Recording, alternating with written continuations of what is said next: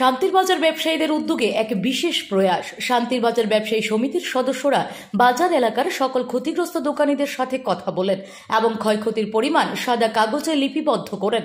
একান্ত সাক্ষাতে বাজার সেক্রেটারি বলেন, ক্ষতিগ্রস্তদের স্বাক্ষর করা কাগজটি পৌঁছে দেবেন মহকুমা শাসকের নিকট।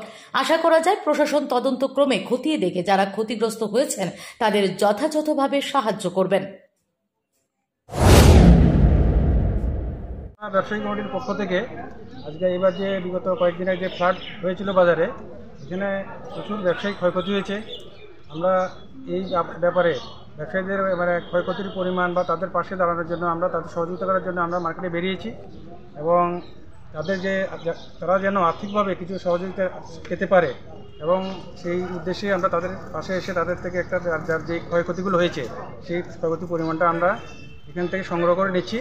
আর আমাদের উদ্দেশ্য, আমরা সেটা প্রশাসনিকভাবে আমরা এসডিএমের সঙ্গে কথা বলবো, আমাদের নেতৃত্বেরও সঙ্গে থাকবে, আমরা ব্যবসায়ী কমিটি আছি এবং ওরা যাতে উপকৃত হয়, এটাই আমাদের উদ্দেশ্য। আজকে ব্যবসায়ী এখন পর্যন্ত কতজন আপনারা এই ক্ষতিগ্রস্ত দেখতে পেলেন? এখন পর্যন্ত আমরা 107 জনের নাম লিস্ট করেছি, সব মিলিয়েই 107 জনের নাম লিস্ট করেছি আমরা।